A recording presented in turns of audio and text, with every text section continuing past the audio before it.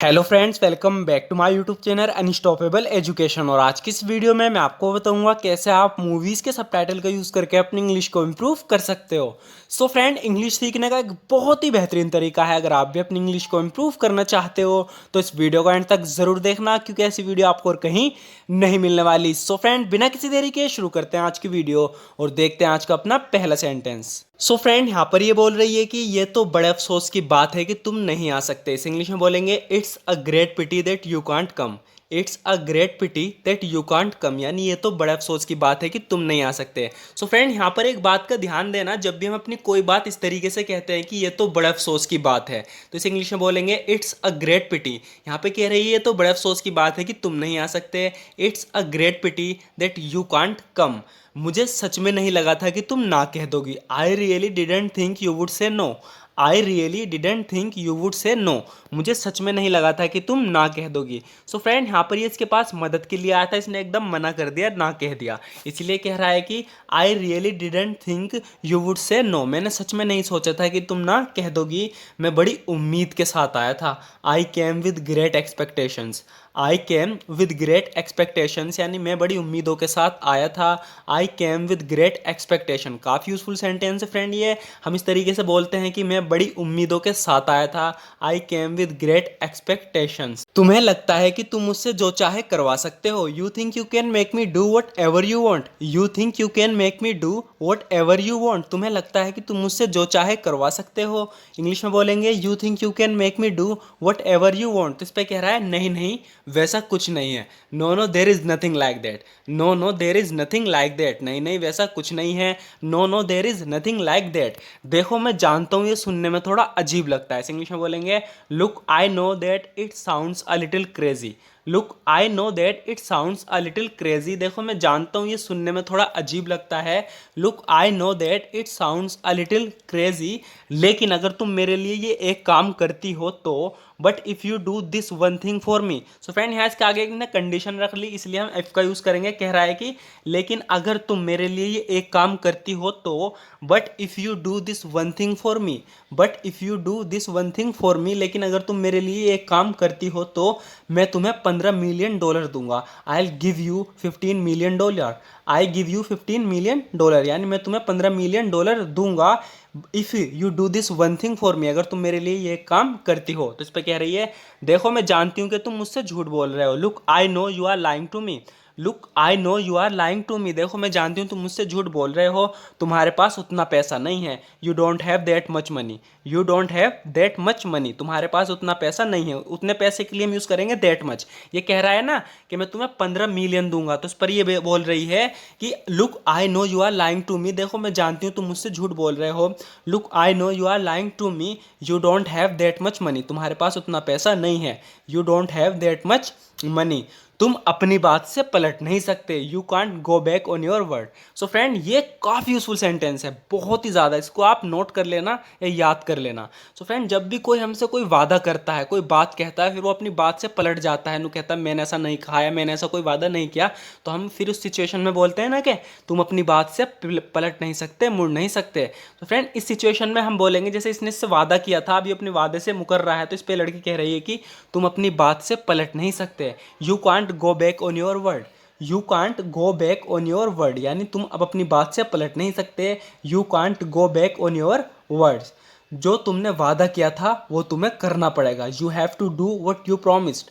You have to do what you promised, यानी जो तुमने वादा किया था वो तुम्हें करना पड़ेगा।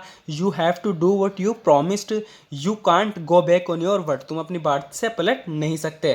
क्या तुम्हारे माँ बाप ने तुझे तमीज़ नहीं सिखाई? यहाँ पे लड़की इससे गुस्से में बोल रही है क्या तेरे माँ बाप ने तुझे तमीज़ नहीं सिखाई? इंग्लिश में बोलेंगे didn't your parents teach you manners.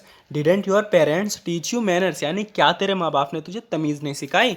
Didn't your parents teach you manners, अगर तूने फिर से ऐसा किया तो मैं तुझे गिरफ्तार करा दूंगी। इसे इंग्लिश में बोलेंगे if you do this again I will have you arrested. If you do this again I will have you arrested, अगर तूने फिर से ऐसा किया तो मैं तुझे गिरफ्तार करा दूंगी। सो फ्रेंड, यहाँ पर आपको सबसे ज़रूरी जो बात समझनी है वो ये समझनी है कि गिरफ्तार हम खुद नहीं करते, दूसरे से कराते हैं, यानी पुलिस से कराते हैं। तो इसलिए हम यहाँ हैव का यूज़ करेंगे। देखो, I will have you arrested यानी मैं तुझे गिरफ्तार करा दूंगी। If you do this again, अगर तूने फिर से ऐसा किया। Do this before anything else, इससे कह रहा है कि do this before anything else, यानी सबसे पहले इसे करो। तो जब भी हम किसी से कहते हैं कि सबसे पहले इस काम को करो, इसे करो, तो सबसे अच्छा तरीका बोलने का सिर्फ यही है, हम बोलेंगे do this before anything else. Do this before anything else यानी सबसे पहले इसे करो। मुझे आदेश मत दो, समझे? Don't give me orders, do you understand? Don't give me orders, do you understand? मुझे आदेश मत दो, समझे? Don't give me orders, do you understand? यहाँ पे बता रही है कि वो हमारे घर पे पहुँचने से पहले ही चली गई थी। तो इनकी माँ जो थी बच्चों की, वो इनके घर पे पहुँचने से पहले चली गई थी। तो इस इंग्लिश में बोलेंगे she left before we got home. She left before we got home यानी हमारे घर से पे पहुँचने से पहले ही वो चली गई थी। She left before we got home. मैं किसी ऐसी जगह जाना चाहता था जहां मैं पहले कभी नहीं गया था। इसे इंग्लिश में बोलेंगे I wanted to go somewhere I had never been before. I wanted to go somewhere I had never been before, ये कह रहा है कि मैं किसी ऐसी जगह जाना चाहता था जहां मैं पहले कभी नहीं गया था। तो इसे इंग्लिश में इस तरीके से बोलेंगे I wanted to go somewhere I had never been before. मेरा यहाँ आने की सिर्फ यही एक वजह है। That is the only reason I came here. That's the only reason I came here यानी मेरे यहाँ आने की सिर्फ यही एक वजह है। That's the only reason I came hair. पता नहीं मैंने तुम्हें अभी तक बताया है या नहीं, लेकिन ये किससे कह रही है कि पता नहीं मैंने तुम्हें अभी तक बताया है या नहीं, लेकिन I don't know whether I have told you yet or not, but I don't know whether I have told you yet or not, पता नहीं मैंने तुम्हें अभी तक बताया है या नहीं, बट लेकिन you look good when you are quiet, कह रही है जब तुम चुप होते हो तो अच्छे लगते हो। You look good when you are quiet यानी जब तुम अच्छे चुप होते हो, खामोश रहते हो तो अच्छे लगते हो। You look good when you are quiet. मैं तुम्हें बता नहीं सकता मैंने कितनी बार सुना। I can't tell you how many times I have heard that. I can't tell you how many times I have heard that, मैं तुम्हें बता नहीं सकता मैंने कितनी बार सुना है। I can't tell you how many times I have heard that. मैं तुम्हें बस खुश देखना चाहती हूँ। All I want is to see you happy. All I want is to see you happy, मैं तुम्हें बस खुश देखना चाहती हूँ। All I want is to see you happy, चाहे कुछ भी हो जाए बस मुस्कुराते रहना। No matter what happens just keep smiling. No matter what happens just keep smiling, चाहे कुछ भी हो जाए बस मुस्कुराते रहना। अगर तुम्हें लगता है कि इससे तुम्हें खुशी मिलेगी तो आगे बढ़ो और करो इसे।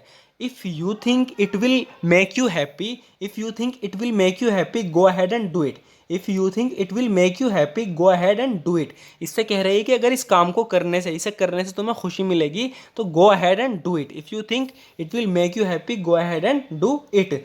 करीब आधा घंटे तक मैं इंतज़ार करता रहा। I was kept waiting for nearly half an hour. I was kept waiting for nearly half an hour, करीब आधे घंटे तक मैं इंतज़ार करता रहा। But he didn't come to pick me up, लेकिन वो मुझे लेने नहीं आया। But he didn't come to pick me up, तो इससे किसी ने वादा किया था कि तुम स्टेशन पे आ जाओ, हम तुम्हें लेने आ जाएंगे। तो ये कह रहा है कि I was kept waiting for nearly half an hour, मैं करीब आधा घंटे तक इंतज़ार करता रहा। But he didn't come to pick me up, लेकिन वो मुझे लेने नहीं आया। हम वहाँ जाएंगे या नहीं इसका फैसला करना तुम्हारे हाथ में है। It's up to you to decide. It's up to you to decide whether we will go there or not. It's up to you to decide whether we will go there or not, हम वहाँ जाएंगे या नहीं इसका फैसला करना तुम्हारे हाथ में है। सो फ्रेंड, इससे जो आपको समझना है सेंटेंस से एक बात समझना कि जब भी हम किससे कहते हैं ना कि ये तुम्हारे हाथ में है फैसला करना, आगे का सेंटेंस आप बदल सकते हो इसका, जैसे कि it's up to you to decide whether. अब अगर आगे का सेंटेंस आप कोई भी ला सकते हो, जैसे यहाँ पे है we will go there or not, हम वहाँ जाएंगे या नहीं ये फैसला करना तुम्हारे हाथ में है।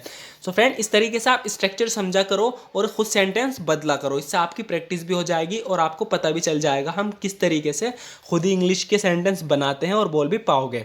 सो फ्रेंड, ज़रूर बताना आपको आज की वीडियो कैसी लगी, क्योंकि आज की वीडियो में बस इतना ही